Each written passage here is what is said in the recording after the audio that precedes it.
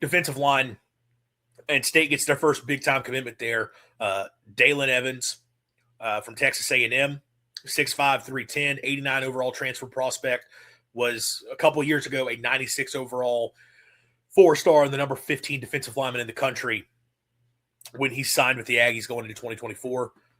Took a red shirt his first year. I don't think really played, and then this past year made appearances in a handful of games. I think had like 1.5 tackles for loss, a few quarterback hurries. A guy that is supposed to be a big-time talent and someone that was going to contend for a bigger role at Texas A&M this year or for 2026 with some of the guys that were losing out of that room, and a guy that other teams were definitely interested in. Tennessee wanted him. Tennessee was going to try to find a way to make it happen to get him. Mississippi State won the battle to get him. That's another good sign for State in their ability to actually go out and do some things to compete. And it's a good get. And again, I'm not going to pretend that I've watched a ton of this guy. And he doesn't have a ton of production to go off of. But a high talent ceiling that is still pretty young, that I think in theory you felt was going to be able to compete for a job at a place in Texas A&M that churns out big-time defensive linemen. I like adding that to that room. And I think you're probably set now when you talk about D-line, because you've got Calvin Dinkins coming back. You've got DJ Reed coming back. I think Jere Bledsoe at this point, you just assume he's back. And I'm going to keep being the one on the Bledsoe train. I think Jere Bledsoe has a chance to be a really good player. I'm like the only person saying it, but I like what I've seen from Jere Bledsoe enough to think, hey, he could be something. And you'll have some other young guys. And obviously you talk about Trevion Williams, Will Whitson, although I guess they're more of going to be listed as like sort of D and D tackle hybrids, kind of that Jaden Crumedy role if you think about Arnett's 3-3-5. But I think you're probably set when you talk about your defensive linemen. You've got those guys in place. And I think it's a group that you definitely need some steps forward.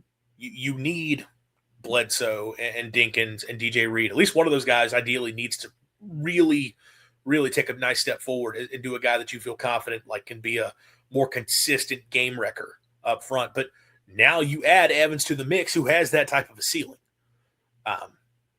I saw Cooper Patanga from CBS Sports 247, who is someone I'm going to listen to a lot when it comes to talent evaluation. He was very complimentary of it, thought it was a good pickup for State and a guy who could be a really good player.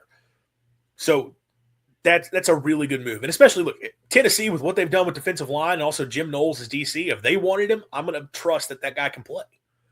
So I think you've got a good piece there, and you're probably set. Would it be nice to have gone out and gotten a defensive tackle, nose tackle, whatever, who had super high-level production? Sure. But this is a good piece to bring in. And I think you're probably pretty solid there. Need a couple guys to take a step forward, but I think you're in a good enough spot there. I also think defensive end, and this is where I'm talking about kind of like that 5 technique, or a guy who might slide into a 4-eye just inside the tackle. You're probably good there. Like I said, Will Whitson officially coming back from Mississippi State. That was one, I forgot to mention, we talked about the player retention. Will Whitson is a big part of it. That was never a question. It was always just whether or not he could get approved that extra year. But still, that's a guy that you plan to rely upon quite a bit. So having him back, if he can be close to the player he showed through 1.5 games in 2025, the defense will be a whole lot better in 2026. So you get him back. Trevion Williams, probably best year. And he's also kind of playing that same spot. Of course, you can slide him inside as well, but you get him back. And then you look at a couple of the guys that you brought in.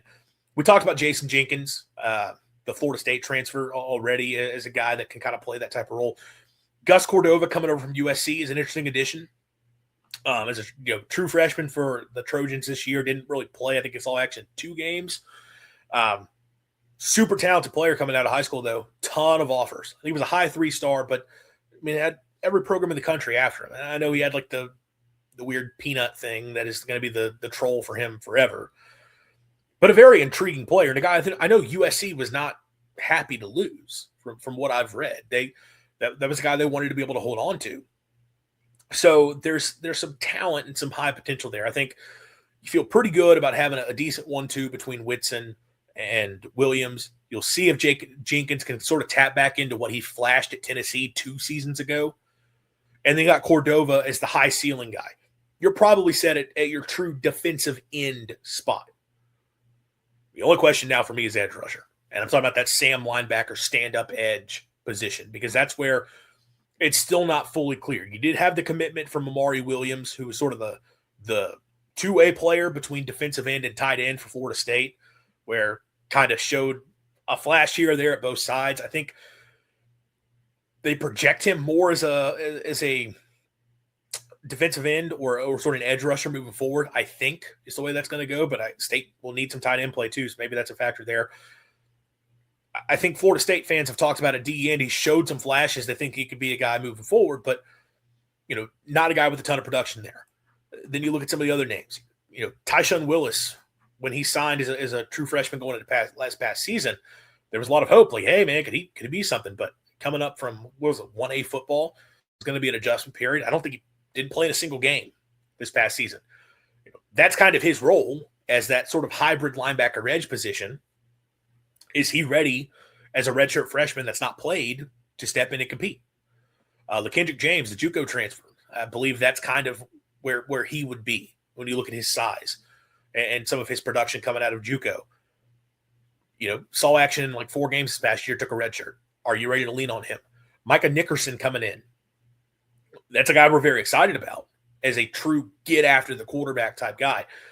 He's 215 pounds. He's got weight to put on. Got a good bit of weight he's got to put on.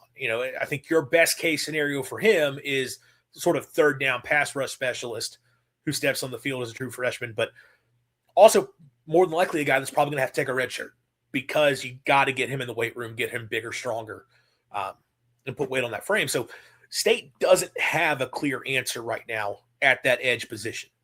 That's where they're still trying to figure it out as to who's going to be the guy. And, they haven't gotten those guys in the portal. We saw today, Jalen Thompson from Michigan State commits to Arizona State. I think West Virginia was also in the mix there. You wanted to get him. You didn't get him. Harvey Dyson. People were really excited about Harvey Dyson coming out of Tulane. Goes to NC State. You don't make that happen.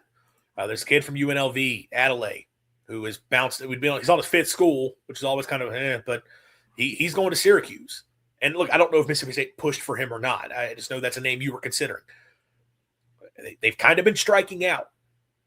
The one guy who is still out there, who, frankly, if you get him, I think that's the biggest win you could have had, is Caleb Herring from Tennessee, who last year as the number 2 stand-up edge player for the Vols was more productive than any of Mississippi State's players at that position. More productive than any player in the Mississippi State defensive front in 2025. That's what Caleb Herring did at Tennessee. We typically talk about guys who were backups at programs like that, transferring out where they were in a loaded room and say, well, he didn't get to see the field a lot because it was a loaded room, but when he was on the field, he showed some flashes. You think he got some potential there. Jenkins, that kind of describes him, Jason Jenkins. In the case of Caleb Herring, Tennessee just played him a lot because he could play. And they felt like their top guy was Joshua Josephs, who's about going to be an NFL draft pick this year. But Herring could play. So that's a guy, if you can get him, man, he's been productive in the SEC. He had a great game against Georgia. That's a guy who could step in and be an impact player at that spot for Mississippi State. Kind of sounds like it's going to be Miami. It's where he most recently visited. I think there's a lot of positive momentum from just what I've been able to see. I have no idea where Mississippi State is at with him. If it's, lost cause, we're waiting for him to announce for the Canes. But, man, if you could find a way to go and make that happen. We've already won a couple bidding wars. If you can go get Caleb Herring, I think that would be a huge, huge pickup for the defense. But they're going to find somebody there. That's an important position for the Arnett defense.